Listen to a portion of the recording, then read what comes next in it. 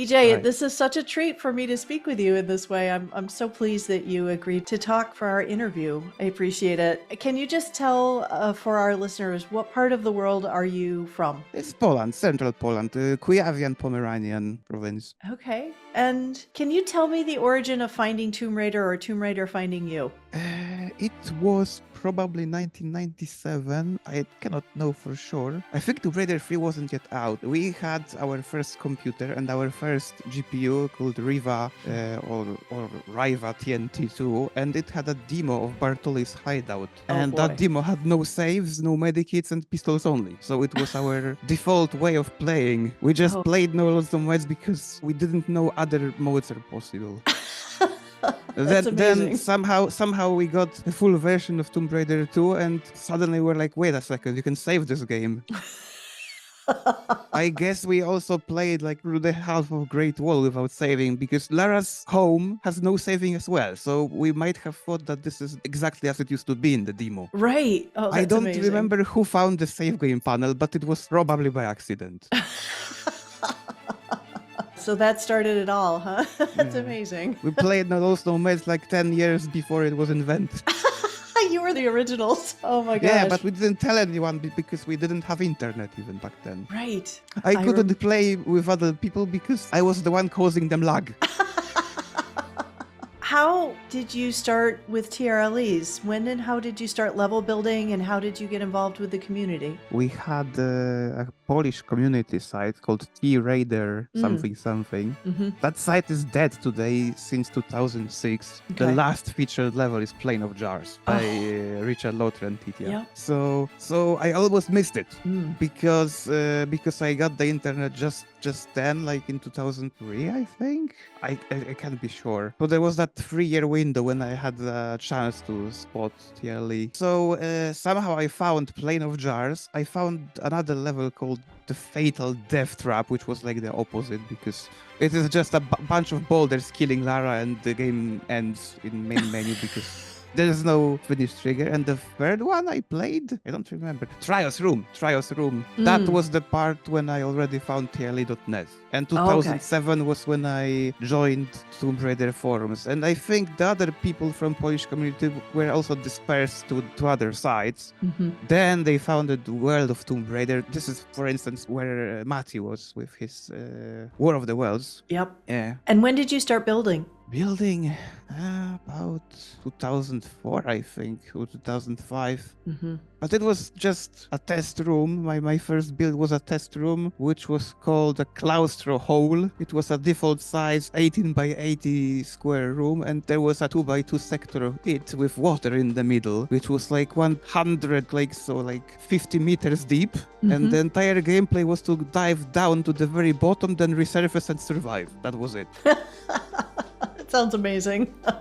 And how did you get involved with all of the work that you did for the community streams for Crystal Dynamics a few years ago? Actually, it was because Michael, the admin of Tomb Raider level editor site, didn't know many other people who streamed who were involved in level building. And so he approached you? Yes. He messaged me because he didn't know many other people. And I work with Dinner Raider on organizing the schedule, selecting the levels. We tried to go as diverse but also as on topic as possible, because Crystal Dynamics wanted us to get the levels which were related to specific Tomb Raiders. First month was about Tomb Raider 1, the second month was Tomb Raider 2, the third one was 3, and so on and so on and so on. Okay, so that makes sense. And you selected the streamers as well, is that right?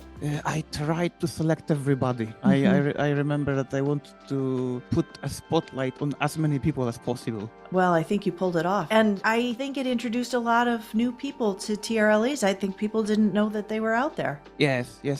Same happens with remasters right now, so it's all a chain of small steps which expand our community. It's true. And you've played so many, and you've streamed so many. Yeah, that's a compulsion. Well over 1,000, right? 2,000 something, I think. 2,140, maybe? Wow. And are there any builders that you especially admire? I like the entire thing, the entire phenomenon of level building. I don't think you can just play several select levels and have the whole picture. Nope.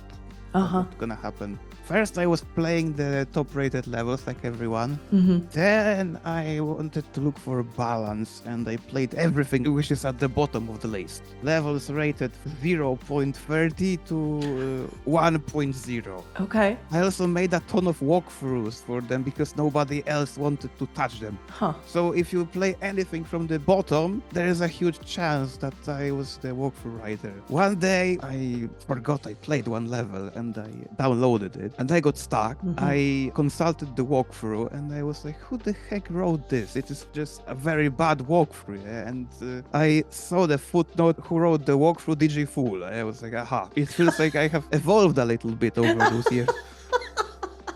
You realized it was your walkthrough. Same way I cringe at my old reviews because I wanted to be funny and I inserted puns between the comments about the levels. So it was quite a chore to read the level. Probably it was more problematic to read my review than to play the levels. Do you review every level that you play? I try to. If I didn't review something, it means I forgot. And do you still plan on building more or no? Last week I had a streaming pause because I was building. I'm thinking hard about the plot to make it coherent because I just don't like when a level is just a level with switches and medipacks and enemies. I want it to be about something. And if I build something, then it has to be something which wouldn't bore me. If I am bored with my own project, I just don't do it. And I also don't do things other people did already because I don't really have a lot of building power, so I try to limit everything to essentials, which only I can tell.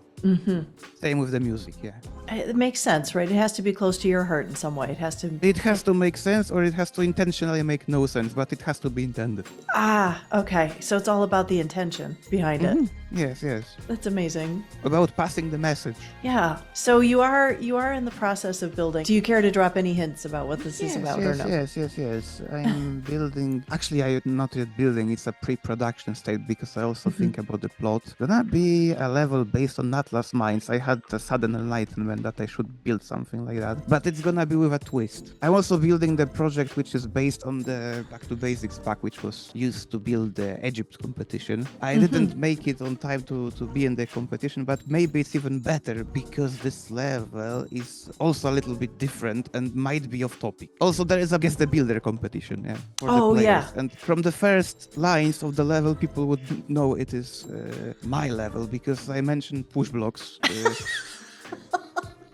You are famous for not caring for that kind of puzzle as much as others. I think so. When I look back at my levels multiple times, I just question if I really was conscious what I was doing. Or half of Cake World, I feel like that. Like, what the heck I was even trying to say here. But that is because Cake World was meant to be an object showcase. I see. Okay. We had TR Forge advent calendars. We have two calendar groups. One is TR Forge, another is level based. And they used to do that annual calendars that every day of Advent was a different window with a different surprise. Yes. There are recipes, riddles, puzzles, even a TRLE crossword, everything like related to Christmas, more or less. There is like Christmas stories sometimes, and resources like assets you can sometimes only get from TR Forge, and people are also not so much aware that this site exists. Right. So if you take resources from TR Forge, there is a high chance it's gonna add to the uniqueness of the level. And of course, TR Forge also has levels, Christmas levels, which they build and people play. It's such a great resource for people who love TRLEs, and the Advent calendar is always very special. There's also Easter time on a Spide. That's right. There's also Easter. I think it's a little bit more known than TR Forge because TR Forge like fell apart because people grew up and they started university, they started work, and from a team of like 15, 20 members, we went down to 4 at some point, I think. Oh boy. Or 5. And then I think we didn't have it for a decade already or something. I'm And not sure if it's gonna happen ever again, but it was a good experience. So it does seem like there is an Advent calendar every year though for TRLE. How is that put together now? Together, the Forge part is quite suspended, and level base is the only one carrying it on. I see. I think it would be better if they just collabed. Mm-hmm. Then it would be more solid. But level base also that's pretty good on their own. Sometimes you had like 5, 6 levels, I guess, per season. I don't know. There is a lot of Christmas levels to play. Yeah, there are. They're a treat. If people want to find you, they can find you streaming on Twitch. Is that right? Yes, but I have absolutely no schedule. Yeah. There were times when I reviewed like 30 levels per month, and there's time when I didn't review anything for half a year. So And you're in the forums on TRLE.net as well? yeah, but I very rarely write there. It's Okay. much easier to find me on Twitch. Okay. I have whispers enabled so everybody can contact. DJ, thank you so much for speaking with me. No problem, no problem. You're welcome.